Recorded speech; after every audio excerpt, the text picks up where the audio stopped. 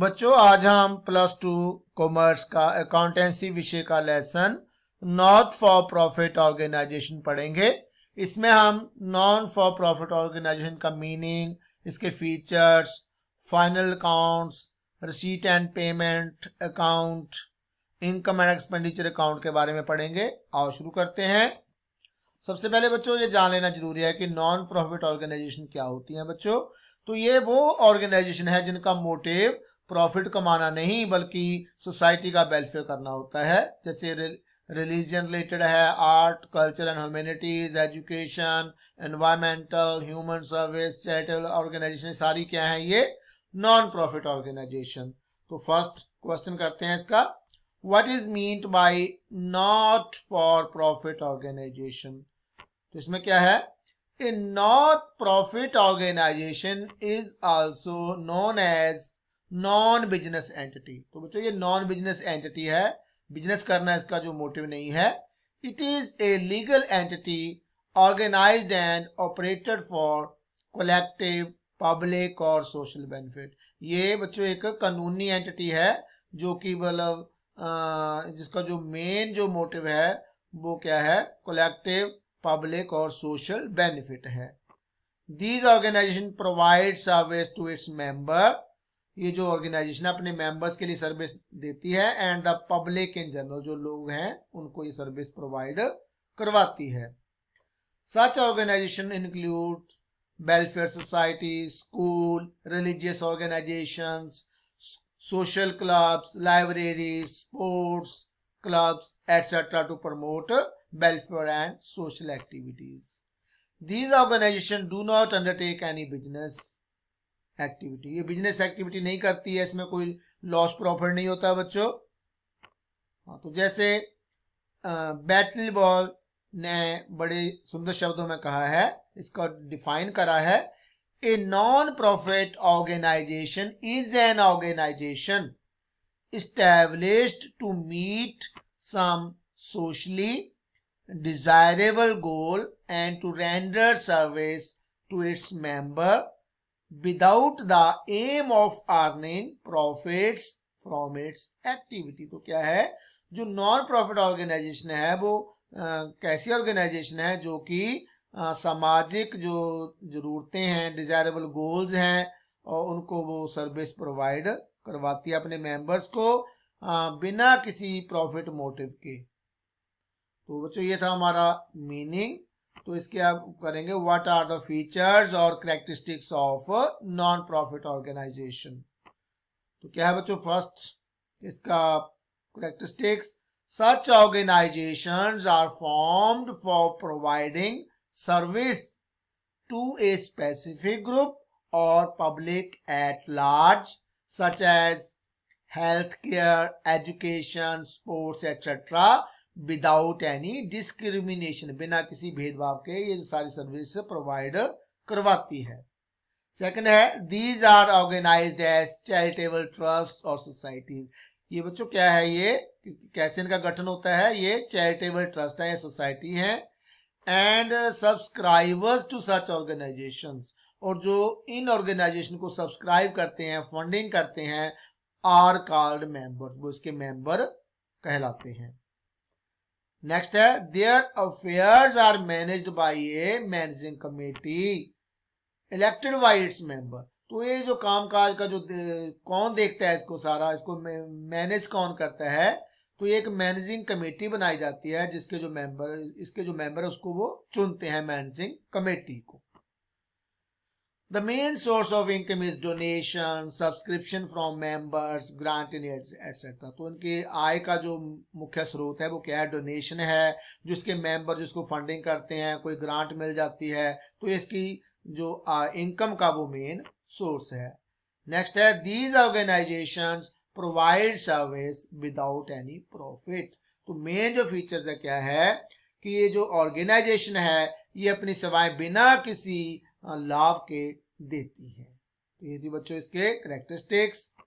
Next question है, define final accounts, final statements for non profit organisation. तो बच्चों ये जो इसका फाइनल अकाउंट्स क्या होता है, जो ऑर्गेनाइजेशन है नॉन फॉर प्रॉफिट ऑर्गेनाइजेशन, तो इनको अकाउंट मेंटेन करना पड़ता है। हाँ, तो ये कैसे मेंटेन होगा, आओ देखते हैं। The not for profit organizations are required to prepare financial statement at the end of the each accounting period. तो जो अकाउंटिंग पीरियड, जो करंट पीरियड जो भी है, तो उसके एंड में इसको फाइनेंशियल स्टेटमेंट प्रिपेयर करनी पड़ती है, ये रिक्वायरमेंट है। Most of the transaction of these organization are cash और थ्रू द बैंक। जो ज्यादा ट्रांजैक्शन होती है, इनको कैश में पैसा मिलता है या बैंक के थ्रू आता है। A proper system of accounting is desirable to avoid any misappropriation. तो किसी भी मिस एप्रोप्रिएशन को अवॉइड करने के लिए किसको जो सिस्टम बनाना पड़ता है। The final account of a not for profit organizations consist of the following। जो नॉट फॉर प्रॉफिट ऑर्गेनाइजेशन का जो फाइनल अकाउंट्स है उसमें ये बातें शामिल होती हैं। कौन कौन सी?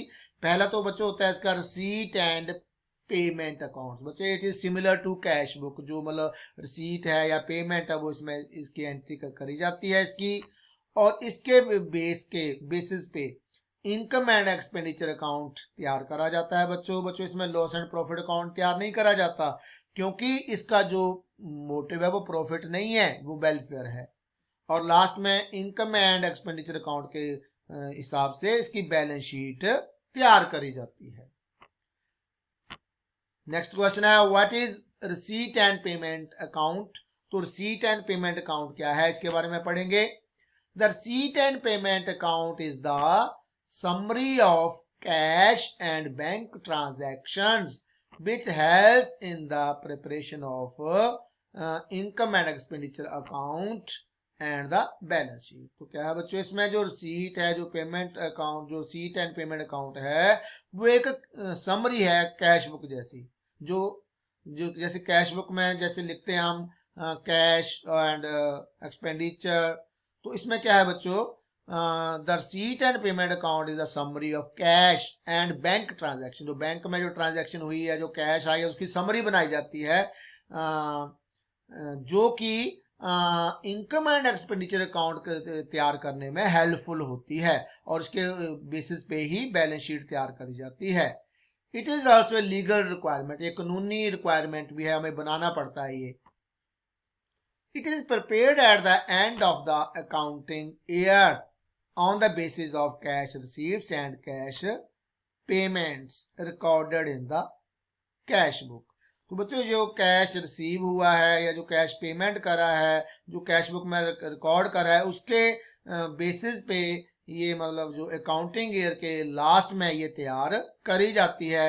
It is A summary of cash and bank transactions under various head. तो अलग अलग हेड के अंडर जो इसका कैश एंड जो बैंक ट्रांजैक्शन है उसकी समरी है ये। नेक्स्ट है बच्चों right the features of receipt and payments account. तो इसके हमने फीचर्स लिखने हैं रिसीट एंड पेमेंट्स अकाउंट के, क्या क्या फीचर्स हैं, क्या क्या कैरेक्टरिस्टिक्स हैं। तो फर्स्ट है it is A summary of the cash book. ये क्या है, कैश बुक की एक समरी है। नेक्स्ट है it shows the total amount of all receipt and payments. तो जितनी भी रिसीट एंड पेमेंट्स हैं तो उसकी जो टोटल अमाउंट है इसमें दिखाई जाती है। It includes all receipts and payments whether they are of capital nature और ऑफ रेवेन्यू नेचर। तो बच्चों इसमें जितनी भी पेमेंट्स और रिसीट हैं, चाहे वो रेवेन्यू नेचर की हैं, चाहे वो कैपिटल नेचर की हैं, सारी इसमें इंक्लूड करी जाती हैं। Non cash items such as depreciation are not shown in this account. तो जो नॉन कैश आइटम्स है वो इस अकाउंट में शो नहीं करी जाती है। It begins with opening balance of cash in hand and cash in bank। ये शुरू करी जाती है बच्चों जो हमारे पास बिगिनिंग में जो कैश हाथ में है या जो कैश बैंक में है, and closes with the year end balance of cash in hand and cash at bank. तो जब ये क्लोज करी जाती है लास्ट एंड में, साल के लास्ट में, तो उसमें क्या होता है, वो बैलेंस कितना है कैश इन हैंड और कैश बैंक में कितना है, इससे वो क्लोज करी जाती है। नेक्स्ट है it records all cash receipts and payments whether belonging to current year, previous year और नेक्स्ट ईयर। तो बच्चों इसमें जो जितनी भी रिसीट एंड पेमेंट्स जो एंट्री हैं वो चाहे वो इस साल से संबंधित है, पिछले साल से, चाहे अगले साल, सारी इसमें रिकॉर्ड करी जाती है। तो ये था क्या हमारा रिसीट एंड पेमेंट्स अकाउंट के features. It is accrual, it is a real account, ये असल अकाउंट होता है बच्चों, ए रियल अकाउंट है, it is a real account जिसके बेसिस पे इनकम एंड एक्सपेंडिचर अकाउंट तैयार करा जाता है और बैलेंस शीट तैयार करी जाती है। नेक्स्ट है बच्चों what is income and expenditure account. तो क्या है, it is a nominal account. Nominal account मतलब जो नाममात्र, वो नाममात्र का अकाउंट होता है। Income and expenditure account is prepared in non profit organization in lieu of profit and loss account. तो बच्चों जो और जो मतलब जो प्रॉफिट ऑर्गेनाइजेशन होती हैं उसमें क्या बनता है बच्चों, प्रॉफिट एंड लॉस अकाउंट बनता है। लेकिन जो नॉट फॉर प्रॉफिट ऑर्गेनाइजेशन होती हैं उसमें इसकी जगह पे क्या बनता है, इनकम एंड एक्सपेंडिचर अकाउंट बनता है। ऑल लॉसेस और एक्सपेंसेस आर डेबिटेड, जितने भी नुकसान है या खर्चे हैं वो डेबिटेड करे जाते हैं। And all incomes and gain, जो प्रॉफिट हुआ है, जो इनकम आई है वो क्रेडिट करी जाती है इसमें। देयर इज नो ओपनिंग और क्लोजिंग बैलेंस, इसमें क्लोजिंग और ओपनिंग बैलेंस नहीं होता है और सरप्लस और डेफिसिट भी नहीं होता है इसमें। It record income and expenditure only of revenue nature, तो उसमें जो रेवेन्यू नेचर वाले जो इनकम्स है या एक्सपेंडिचर वही रिकॉर्ड करी जाती है, कैपिटल नेचर वाले नहीं करे जाते इसमें। Income and expenditure account is prepared on accrual basis with the help of receipt and payment account. तो बच्चों एक्रूअल बेसिस होता है, बढ़ोतरी का बेसिस होता है। इसमें जो बनाया जाता है रिसीट एंड पेमेंट्स अकाउंट के बेसिस पे ये बनाया जाता है। Balance sheet is prepared on the basis of this account, जो बैलेंस शीट तैयार करनी है वो इसी अकाउंट के बेसिस पे बनाई जाती है। When incomes and gains exceed the expenditure then account is called surplus. And when debit side मतलब एक्सपेंडिचर एक्सीड्स क्रेडिट, क्रेडिट मतलब gains, it will be called deficit. इसकी बच्चों फीचर्स करने हैं हमने इनकम एंड एक्सपेंडिचर अकाउंट के। तो क्या है, फर्स्ट फीचर क्या है, it is a nominal account, नाममात्र का अकाउंट है बच्चों ये। तो जो रियल अकाउंट है वो कौन सा बच्चों, receipt and payment account. It records items of revenue nature only, तो इसमें कौन सी आइटम्स इंक्लूड करी जाती है, सिर्फ रेवेन्यू नेचर वाली। नेक्स्ट है it records expenses and losses on debit side, तो जो खर्चे हैं, जो नुकसान है वो डेबिट साइड में लिखा जाता है। And all incomes and gains on credit side. Next है balance sheet prepared on the basis of this account. Next है it is like profit and loss account, जो बच्चों पहले ही मैंने बताया था कि जो ट्रेडिंग ऑर्गेनाइजेशन प्रॉफिट मोटिव होती हैं उनमें प्रॉफिट एंड लॉस अकाउंट बनाया जाता है। तो जो नॉन फॉर प्रॉफिट ऑर्गेनाइजेशन होती हैं उनमें इनकम एंड एक्सपेंडिचर अकाउंट तैयार करा जाता है, तो इसके इक्विवेलेंट होता है ये।